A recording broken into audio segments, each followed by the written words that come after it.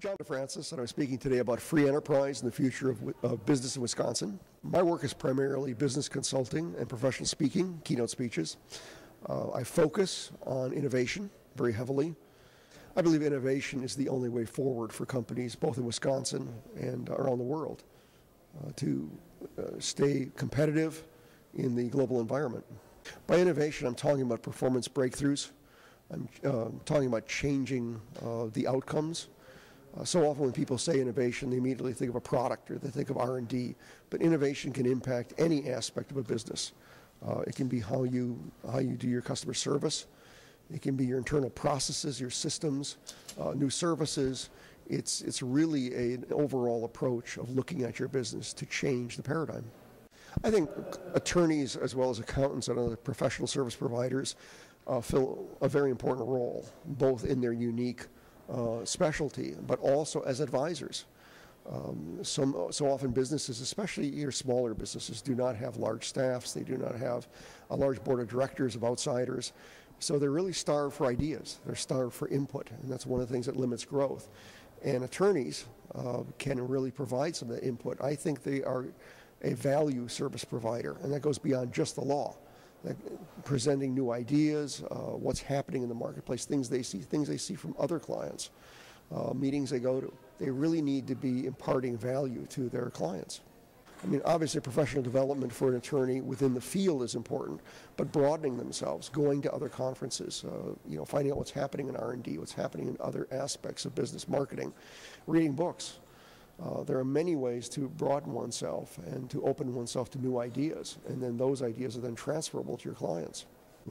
Everything's changing in our marketplace, and as I mentioned when I spoke, the rate of change is accelerating and is going to continue accelerating, and it may not be touching law right now necessarily, but it will. It's a matter of time. It's happened in medicine, it's happening in everything. I think there are a lot of ways. I think one of the biggest ways is value billing. Lawyers traditionally, like many professionals, have billed by the hour. I haven't billed by the hour in a couple of decades. What is the value of a service? The client isn't interested in what you do. The client is interested in what they gain. They are coming to you for a solution. They're coming to you for an opportunity. They're coming to you for a reason. What is the monetary value of that to them? If you can bill them for the monetary value, then they don't care if you worked 1 hour, 100 hours. It doesn't matter to them.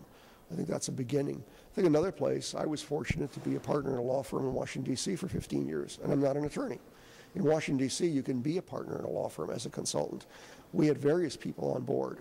I mentioned we had a publicist on board. We had many people who could provide different services, and we could build together. So the client saw one face, they bought a package, and it wasn't just that. The client was getting input from multiple people, but all coming to them in one place. So it wasn't that they had to go, one place, one stop for one for another, and then put it all together. And oftentimes conflicting advice. We could sit down in a boardroom and meet with the client and provide a full scope of input and give them solutions that would work across the board. Because today, everything you do is so intertwined. I mean, law is connected to accounting. It's connected to the business side of it, to the marketing, to the sales. It can't be independent pieces. It's like going to the doctor.